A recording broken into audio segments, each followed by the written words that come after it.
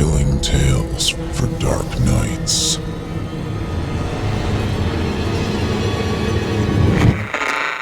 Want to make sure you never miss a Chilling Tales for Dark Nights video again? Be sure to subscribe and hit that bell to turn on notifications.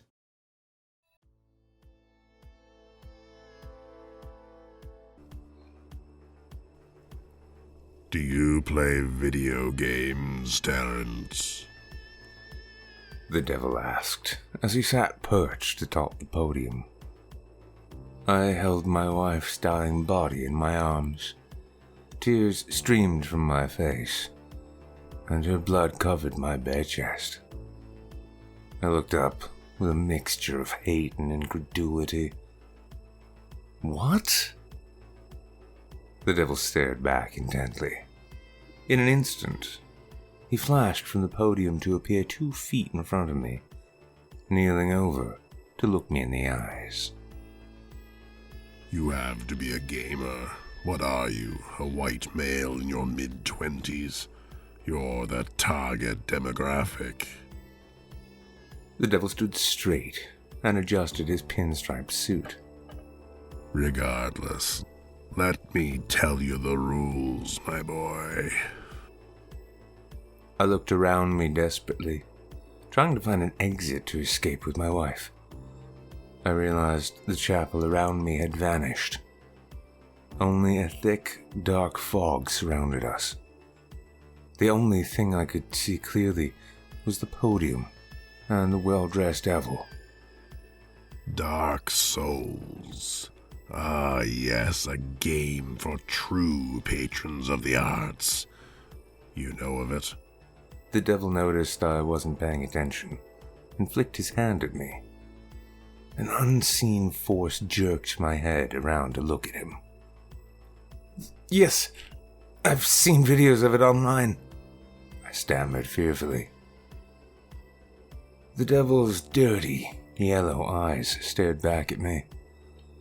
Then he smiled, showing his sharpened teeth. Good. The devil walked back behind the podium like he was about to give a lecture. But let me explain how the game works, just for transparency's sake.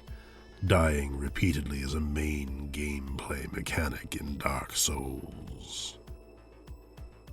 The devil spoke in a monotone voice, while combing his hair around his horns. Your character revives, hopefully having learned how to be a better player. Hopefully you learn from your mistake as you traverse back into the abyss. Every path you open stays open. Every item you find you keep after death. But dying also causes all of the enemies you killed to be returned to life. Do you understand? Yes, I mumbled. I still couldn't turn my head to look away from him. Why was one of Hell's minions giving me a breakdown on a video game? Good. The thing I most enjoy about the game is its lack of hand-holding. So for now, all you get is this. He approached me and produced a large scarlet red key from his pocket. Only this key will unlock the outside gate. Unlocking the gate is the only way to stop the cycle from resetting. The only way to free yourself. The devil let out a sigh and returned the key to his pocket. That's enough for now. Do better this time, will you? He made a go-away gesture with his hand, and I felt myself falling. An immense heat enveloped me, and I cried out in pain. My dying wife and I tumbled into infinite blackness. The podium and the devil raced away from us. I awoke in the dark basement, the same one I had just left. My mind was foggy, like I had been drugged. I looked to my side and saw my wife laying there, naked, beside me. It was a serious case of deja vu. I had just been here, We had awoken in this basement. We had just traveled up the stairs. That's where the man in the robe attacked me. I looked down at myself. Something was different now. I had pants. The first time, I was naked, like my wife. I had taken the pants from the robed man after he fell down the basement stairway. My wife had found a blue top to cover herself the first time. It was quickly abandoned for being too noisy to sneak with. I reached over to shake her. "Jenni, wake up." Wait. Jenni had been stabbed, hadn't she? I launched myself over next to her. I rolled her over to inspect her injury. Nothing was there. No deep wound from the knife. She was fine. Terry? She spoke groggily. Her eyes fluttered, and she sat up to look around. Where are we? We are back in the basement. That thing brought us back here. What thing? She asked. She quickly realized she was naked and covered herself with her arms. She looked to her side to see a ratty blue top hanging over some junk. She snatched it and pulled it around herself. What is going on here? She gasped. I stared at her a moment before asking in a measured voice, "What do you remember last?" Jenni blinked. I could see the cogs beginning to turn in her head. We were at Michelle and David's wedding rehearsal. She squinted and tilted her head. We were walking to our car.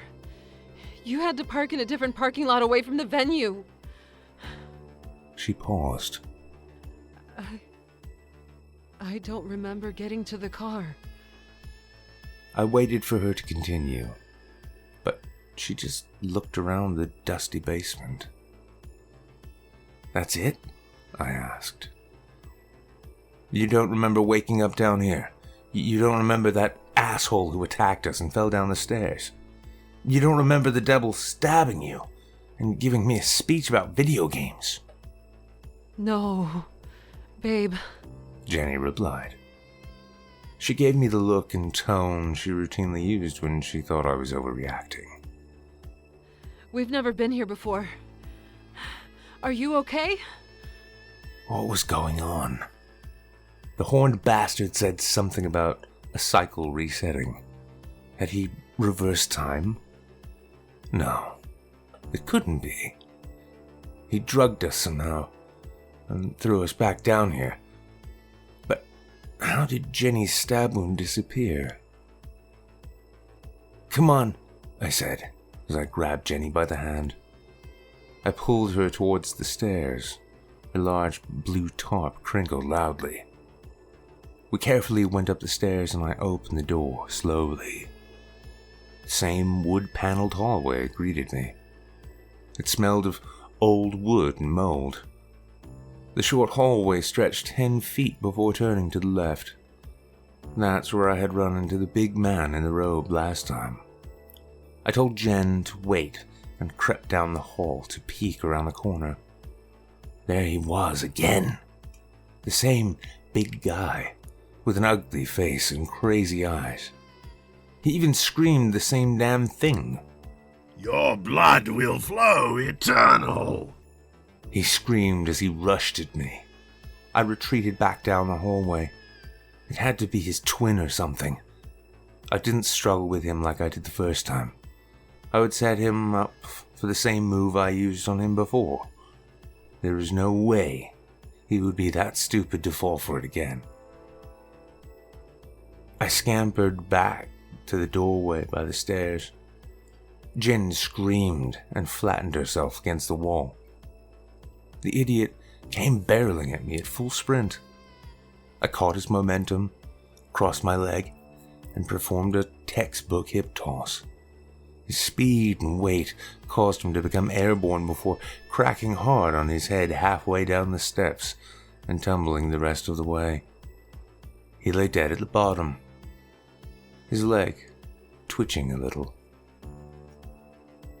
Jen screamed louder, and I stood dumbfounded. The idiot didn't remember. I had killed him the exact same way the first time. I had fought him for longer, trying to wrestle him to the ground before I realized I was about to be pushed down the steep stairs. It was a cycle. Time had repeated.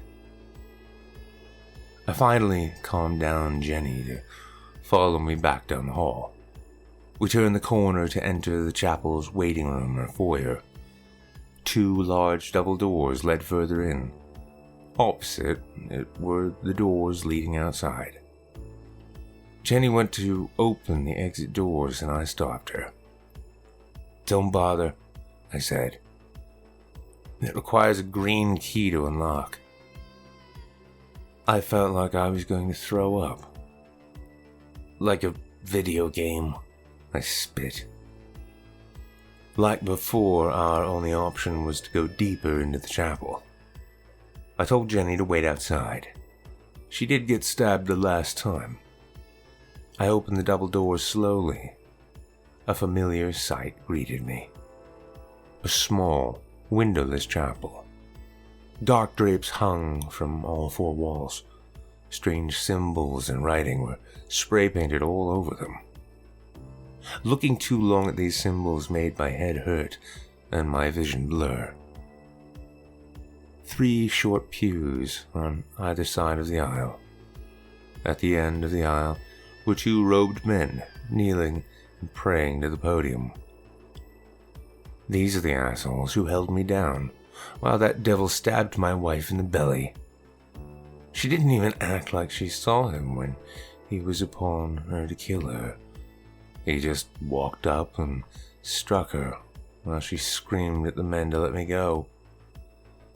"Not this time," I said to myself as I scanned the room for something to use as a weapon. I saw a small box in the corner to my right. Wait. No way. It was a chest, like a treasure chest. I snuck over to it. The 2 men continued low mumbling prayers.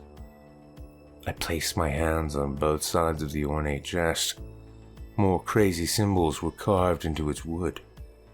I opened it slowly while leaning away. I've played my fair share of games with booby-trapped chests. When I finally looked in, I almost laughed. Nestled within red, soft felt fabric was a short flintlock pistol. I picked it up. It felt heavy and was already cocked back. Tiny grains of what I assumed were black gunpowder sprinkled out of the side of the gun. I had seen movies where soldiers and pirates manipulated the weapon. That didn't make me an expert, but I hoped it was all set to fire. I realized the praying had stopped. I looked over to see the 2 men standing and looking for me.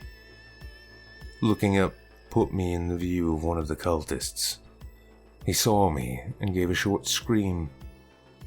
Instead of running down the aisle and turning, he was gonna be a Pentecostal and jump the pews to come straight for me. As he got to the last pew, all I could see was the crazy in his eyes. When I leveled the pistol and fired, he was coiled like a spring to jump at me. A blast of smoke and noise rocked my senses, followed by a loud thump. When my vision had cleared, the man had toppled off sideways to land headfirst in a crumpled pile beside me. I didn't have time to think, as the other man was on me instantly, screaming and swiping at me with a small knife. As I got closer, reared back to stab me in the gut. I held my arms, elbows outward to defend myself. I felt quick slashes across my arms. I whacked him across the head with the barrel of the pistol. It was a heavy smack that stumbled him backward. As he looked at me, trying to regain focus, I saw red lines of blood begin running down his face. He screamed again and came in with a lunge. That's when I saw Jenni knock him in the ribs from behind with a bat. He stumbled sideways into the pew and dropped the knife. He was bent over and barely holding himself up with his hands. I launched to deliver a tremendous elbow to the side of his head, laying him on the stone floor. I looked up at Jen. She had dropped the tarp to help me. Now she stood there, terrified and naked, cradling the bat. "Where did you get that bat?" I asked. On the opposite side of the room. It was just lying on a table. She replied. Then her eyes widened. You're bleeding! "It's nothing," I said, as I moved to pick up her tarp. I ripped off a strip to wrap around my forearms. She covered herself again and followed me to the podium up at the front. "If I know video games, there is something important here," I said as I walked around it. I kneeled closer to look at a small wooden box carved with the same head-throbbing symbols. I opened it and let out a laugh. It was an ornate green key. "Come on," I said as I snatched the key and marched back down the aisle to the foyer. When I got to the double doors, the ornate key slid in smoothly. Jenni crinkled noisily behind me with her tarp. "We are making progress," I said, looking back at Jenni. "We need to find you some clothes next." Jenni's face filled with terror as I felt the door being ripped open.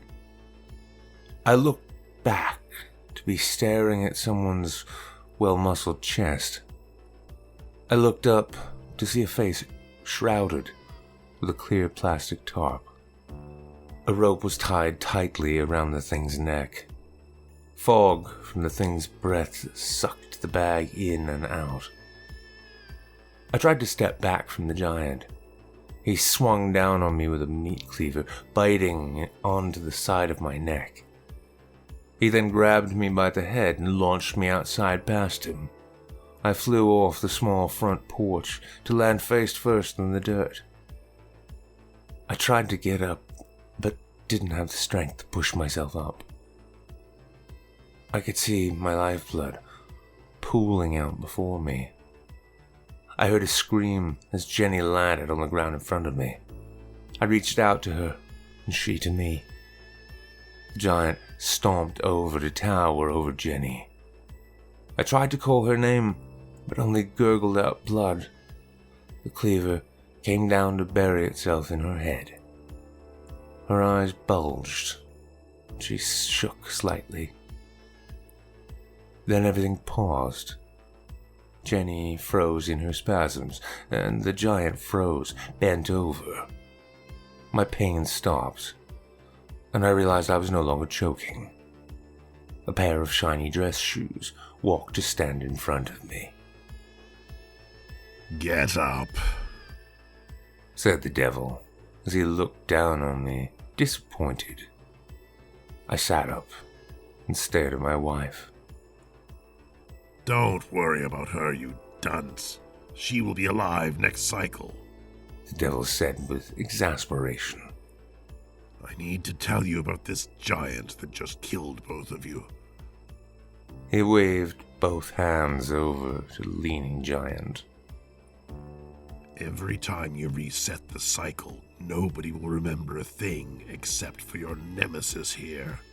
He will remember everything and be able to hunt you through every cycle." I stared in awe at the muscled giant with a plastic bag over his head. How unfair could this get? fighting to save both of us was already hard enough.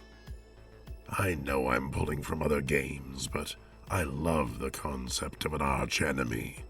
The devil prattled on. If you want the game to stop, you can either escape or pledge your soul to me. He offered. Never, you freak! I yelled back. I'll beat your game. Then do better this time, will you? The devil sighed. He snapped his fingers, and the world went blank. I woke up back in the basement, feeling like I had been drugged. The cycle repeated over and over and over. I'd wake up in the basement, make a little progress just to be murdered, over and over. The concept of time faded as my suffering grew within this cruel game. The last I counted was cycle 452, which was a long, long time ago. I will have to admit I gave up for a while. The cycle broke me.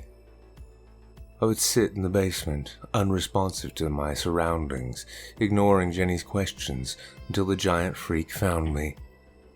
The first dozen times, he went straight for the kill, walking me across my head with many different weapons.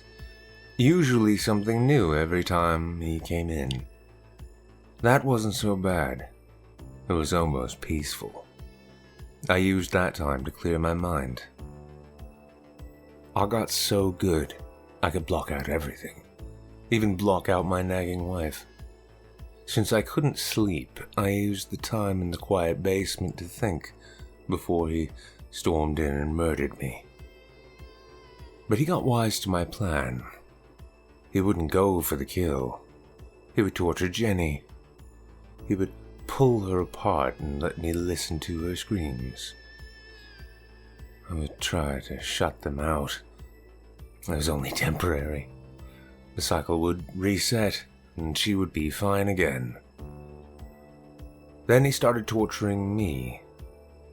He would bring a bag full of tools to cause me pain. This had more of an effect on me. How selfish was I to put Jenni through this when I couldn't handle it? And then there was the insistence, ponderings of the suit-wearing devil. He explained he hadn't frozen time, but a microsecond would have passed every time the cycle repeated. He took me into the foggy purgatory every time I died before the cycle repeated. He told me the tragic story of his unlife, how the day of judgment awaited him and his kind at the end of time. The devil expressed his abject horror at this, so he used his powers to reverse time as much as he could. But time still ticked forward, slowly but surely. When I went into my state of depression, just sitting there doing nothing, he didn't react at first. He said a lot of his playthings hit this wall at some point, but when I refused to snap out of it for cycles, he told me lack of activity would forfeit my soul. This has happened to a couple of my playthings too. He chided me. There are more ways to agree to defeat than giving verbal confirmation. I had one plaything who would take his life every cycle. Used a bag to suffocate himself. These words took a while to breach the fog in my brain. Wait, the Nemesis was another player? I asked. Oh yes, very much so. I'm not as cruel as my brethren, though. Just like you have a chance to escape, he still has one. How? I almost screamed. The devil smiled and put his hand over his mouth. I only give players information, not quitters. Then I'll play! I yelled at him. A warm smile washed over his pointy face, and he sighed, relieved. Oh, good, good. Just remember, please do better this time. The cycle restarted, and I sat straight up. I immediately grabbed a set of handcuffs I had acquired from one of my cycles and scooted to an unconscious Jenni.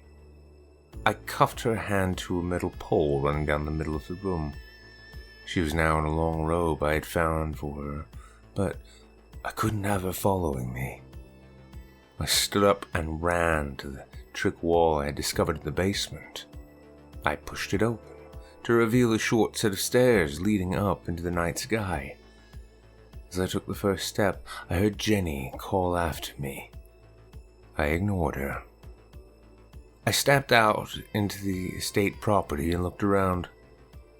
I had the entire estate mapped out in my head. The chapel held the green key which unlocked the graveyard. The graveyard held the blue key which led to the cellar of the giant manor. The manor held the black key which led into the actual manor.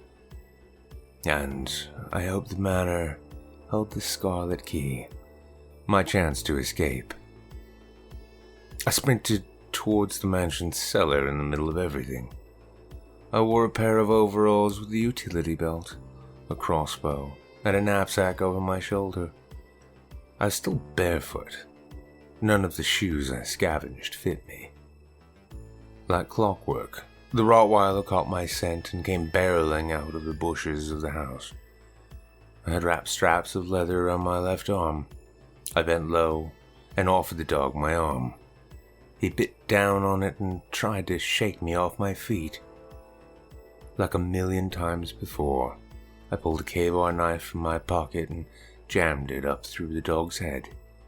The dog whimpered and convulsed. I had felt terrible the first time I had done it, worse than having to kill humans, but now I felt nothing, just cold. I slung the dog off to fall dead to the ground and began walking to the cellar doors. I flung them back to release the same bats that always escaped into the night sky. The stairs went down into darkness. I ignored the torch on the wall. I had found a flashlight already. The flashlight did little to show the way down the 40-foot descent. It didn't matter. I knew the way through the wine cellar maze. I turned its corner and dodged its traps. I walked right up to cultists hiding in wait to kill me, only to kill them with brutal efficiency. The first one always jumped down from behind me with a fearsome yell. I would quickly turn and put my K-bar in his neck before he'd lift his heavy axe. The next one would wait for me to pass a dark alcove between the shelves before shooting me in the back with a crossbow. I snuck up to reach through the shelf behind her and grabbed her by the throat to knife her too.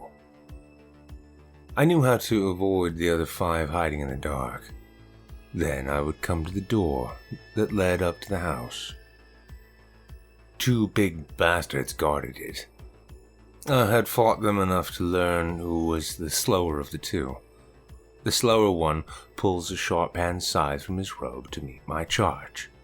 My crossbow zips right into the middle of the quicker one's dark hoodie, and he collapses like a sack of bricks. I scream his name at him. Teddy! He freezes for an instant, for me to slice across his weapon hand. He drops the scythe with a yelp and steps back.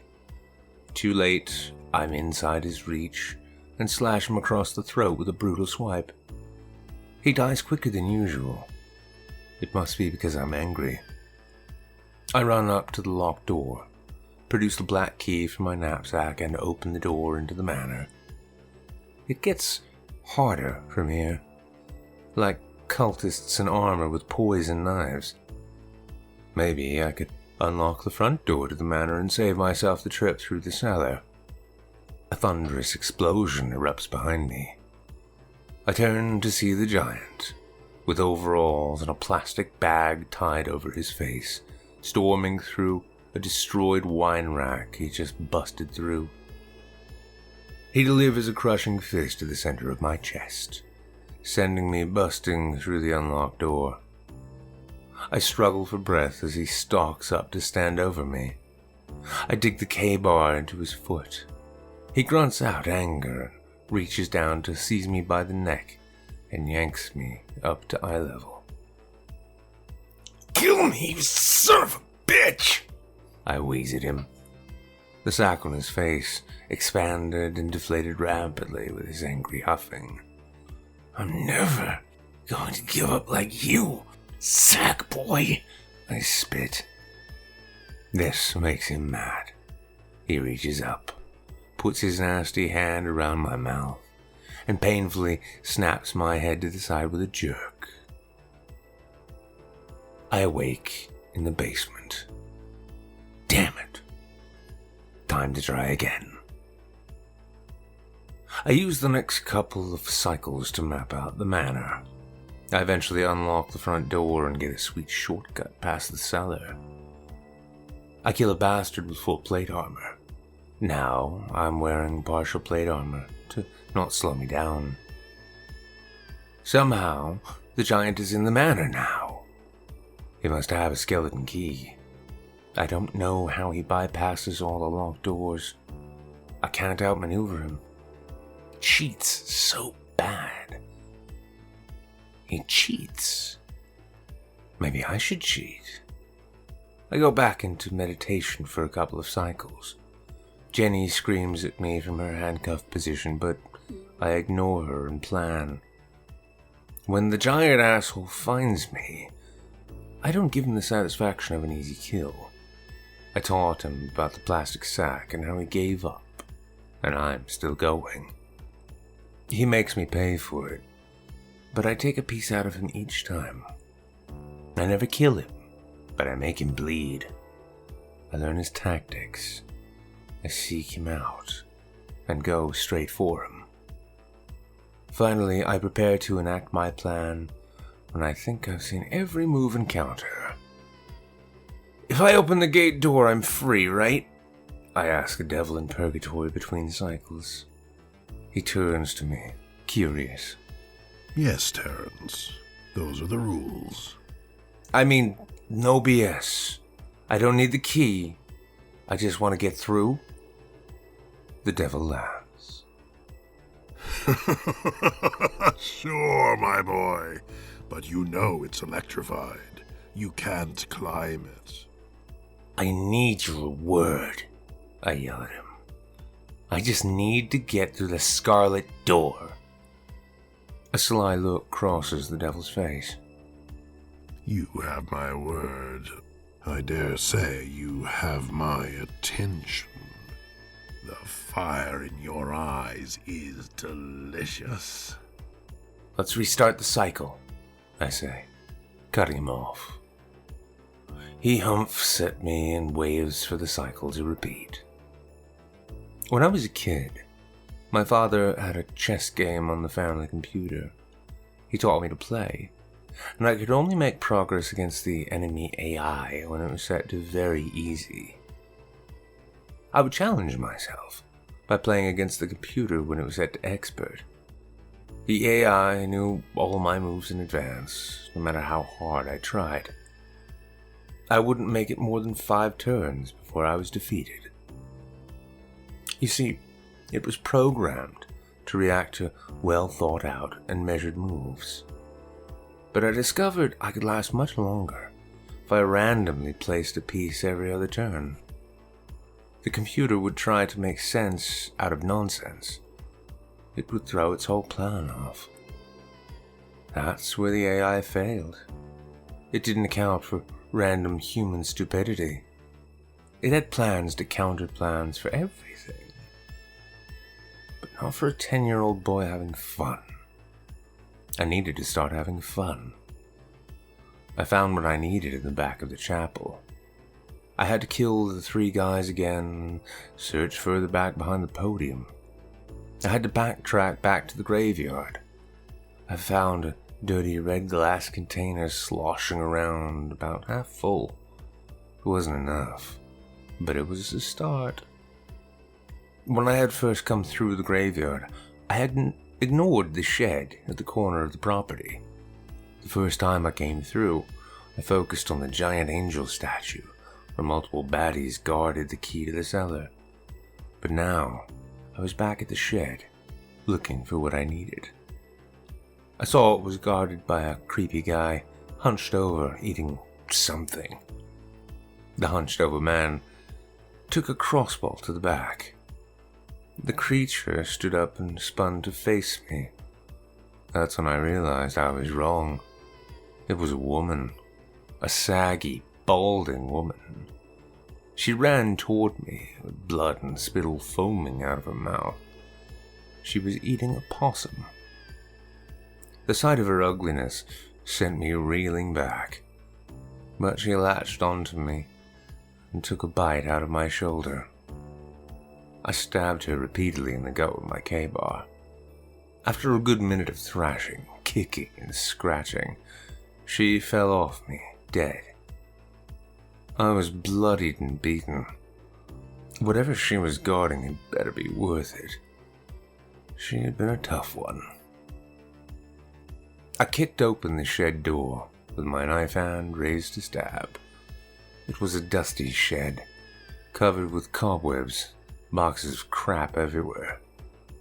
I started searching, and I came across two treasures. One was a machete, sharp and slick with oil, and the other was a full can of lighter fluid. I stored it in my knapsack and looped the machete to my belt. I was briskly walking back to the chapel to drop off my loot. I exited the graveyard's gates to see a familiar figure, the giant. I brandished my new machete in front of me. Time to try out my fancy new weapon.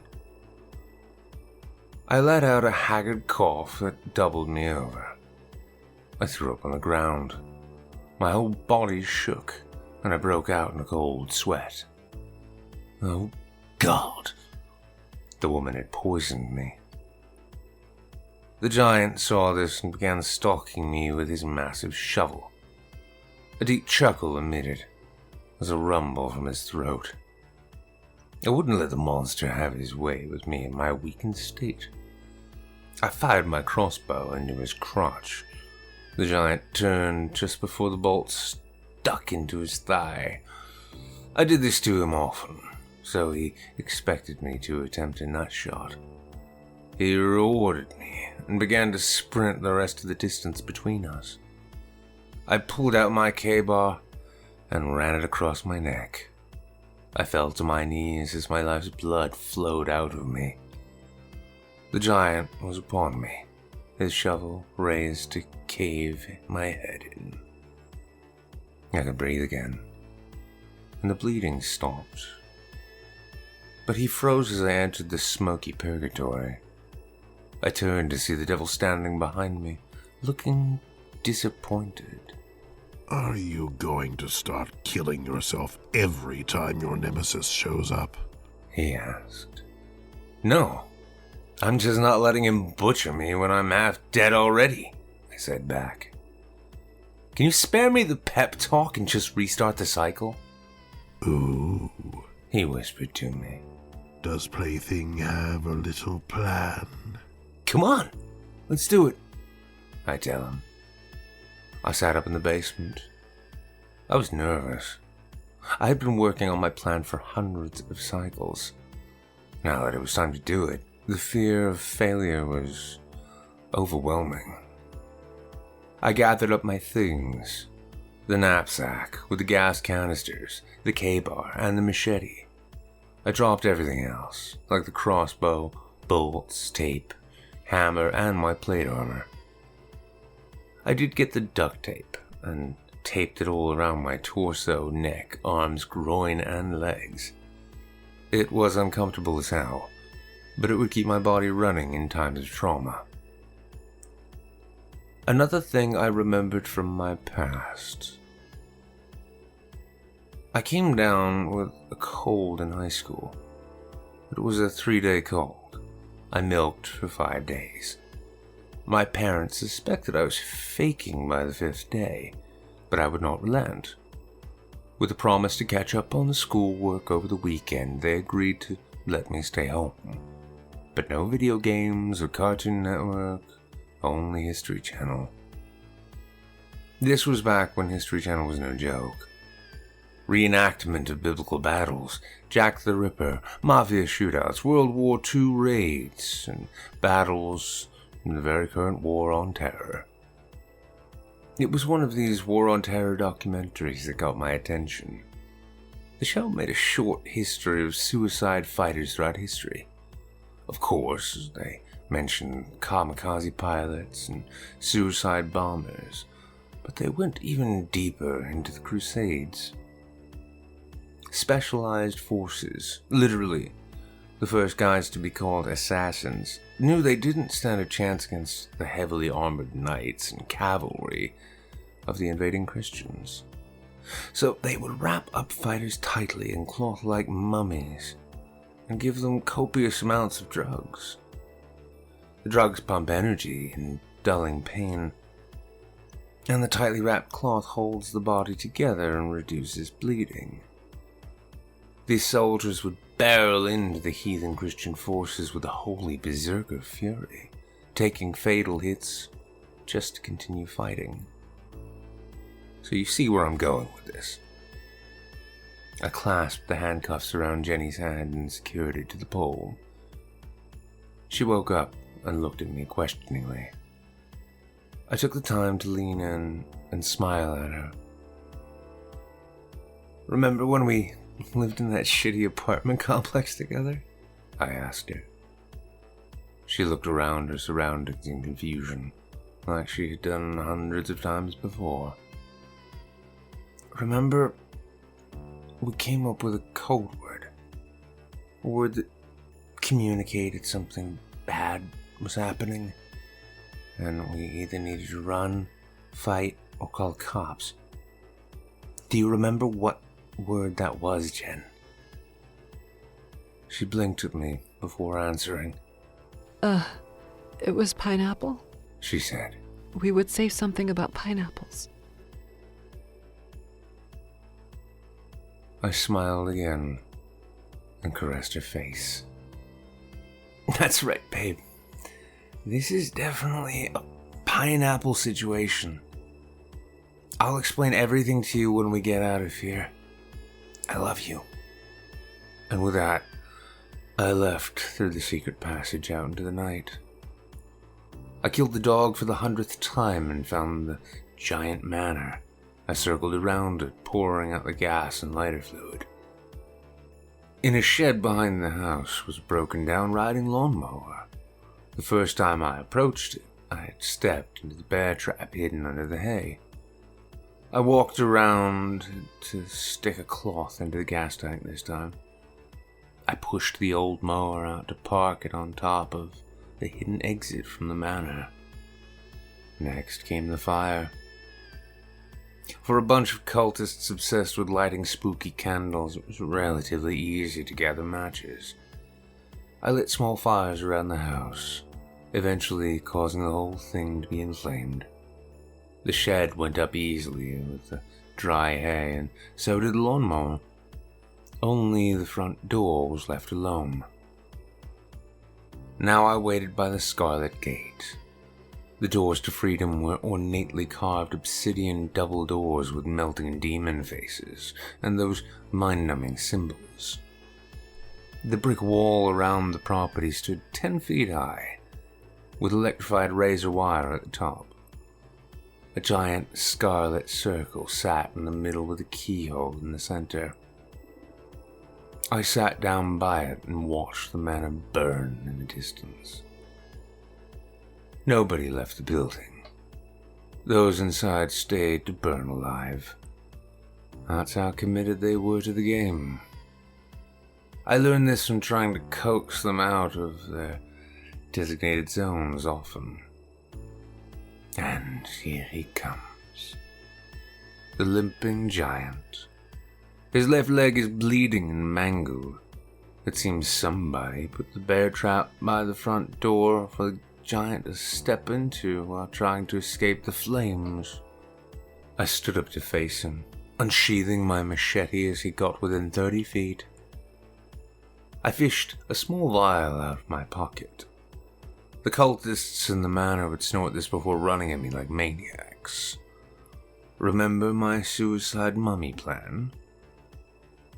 I popped the cork off the vial and slammed the thing down my nose. I felt a million stars of electricity rush throughout my body. I felt warm. I felt good. I felt alive. I quickly drew the flintlock pistol and aimed at his groin. He put his hands down to cover himself, and I aimed upwards to shoot him in the face. A small hole appeared in the plastic covering his face. He sucked in and out wetly as blood filled the sack. He came rushing towards me with a meat tenderizer, and I dodged every lumbering swing he threw at me. The ones he did land on me were only glancing blows that barely fazed me. I had learned all his moves for the last hundreds of cycles. I had thrown every crazy attack I could think of to see his reaction, and best of all, I had let him kill me every time, to think he was still better than me. I tanked a blow to the shoulder, to slice off his fingers for him to drop the meat mallet. I cut his Achilles tendon and sliced the soft bends in his elbows. He struggled to keep up with me, but eventually fell to his knees. Eventually, he gave up, just sagged his shoulders and gurgled in his blood-filled sack. I felt disgusted towards him.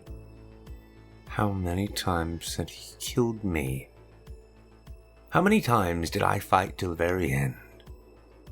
Now that I had the upper hand, he gives up? I see now why he never escaped the cycle. I walk up to him and look him in the eye. I shove the K-bar through his temple with a wet thunk. I can see it through the blurry sack. Not this time, friend, I say, sarcastically. Please do better next time, will you? I say, as I raise my machete. I mimic the devil's voice perfectly, having heard it many times. The giant eyes light up, and he springs forward with unnatural speed to tackle me. His one hand holds my machete arm out and away from me while his other wraps around my throat. He looms over me, the bloody sack leaking his blood all over my face. I scream at him as I feel him crushing my throat. I can't believe how stupid I was. I let him get a hold of me. All my planning. Now he knows my tricks. Now I die again. Something hits the giant from the side. He grunts and loosens his grip. Another thwack is heard, and I see the K-bar being driven further into his head. The giant lets go of me and sits up, looking at whoever is hitting him. I sit up and swing my machete with all my strength to embed the blade right into his face, and I see her. Jenni, scared to death and screaming at him. She swings again with the hammer, and he catches her arm. The giant let go of Jenni, and she delivered the final blow into the giant's eye. The giant toppled backwards and thumped to the ground. I stared at the dead giant and then at Jenni. How did she get here? She didn't have the cuffs on. She looked at me furiously. You don't say pineapple and then leave me. Asshole! She screamed at me. I couldn't help but smile. She must have found the handcuff key and all the junk I left. How dumb was I? I was protecting her this whole time, and she had saved my ass twice. At least you're not naked this time, I laughed. She looked at me confused. I scooted over to the giant's body and began patting him down. I was beginning to panic as I found nothing in his overall pockets. Jenni questioned me, and I ignored her. Finally, I thought to check his neck, and a key was around a leather loop. A skeleton key. Actually had a skull and crossbones on it. The devil was very obvious. Let's just hope he lets it open the scarlet door. Even if it didn't, the giant no longer had it, and I could speed run the whole area. I walked to the door. I half expected a serious shock as I placed the key in the keyhole. Click, and it opens. Jenni picked up on the importance of this moment and quieted to follow me. The world returned to the smoky limbo. I half expected the devil to be furious, but he threw open the double doors and cheered. Well done, my boy. Good show. He yelled as he clapped. And the missus coming with the save at the end. He gave a chef's kiss. So it's over? We are free? I asked. Well, one of you is free, He replied. What? No, you said... I said it ends the cycle. He interrupted. For one of you. His demeanor stiffened, and he stared at me with his yellow eyes. Either you are free and she dies here, or she is freed and you become my new hunter. He said flatly. Come on, I'm a devil. You knew there would be a catch. I would love to say I selflessly sacrificed myself for my Jenni to be free. But I had been here for ages, and all I wanted was freedom. But what was freedom without saving the woman I loved? I sat there for the longest time. I considered every possibility. I had no doubt I could make someone quit if I was a hunter, but what sort of existence is that, damning people to hell? The devil stood by patiently, letting me decide. I looked at Jenni, frozen and terrified. She was my hidden weapon. All I needed was her the whole time. I couldn't abandon her. I reject both of your offers, I finally said. The devil raised his head to look at me, curious. Instead, let's up the ante, I said. Now I had the devil's full attention. Put us back in the game. Let us both play. Let us both remember.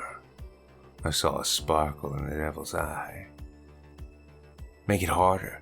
Make 2 hunters. Whatever. We'll both get out. And you have to let us out, I screamed at him. The devil sat and thought, his hand to his chin. After a moment, he looked back down at me. New game, huh? He asked. I agree to your terms. You both remember and have to make it through the gate, but I will make it much harder. Deal, I spat. The devil grinned and lifted his hand. Then please, do better next time, will you? We awoke somewhere. Somewhere completely different.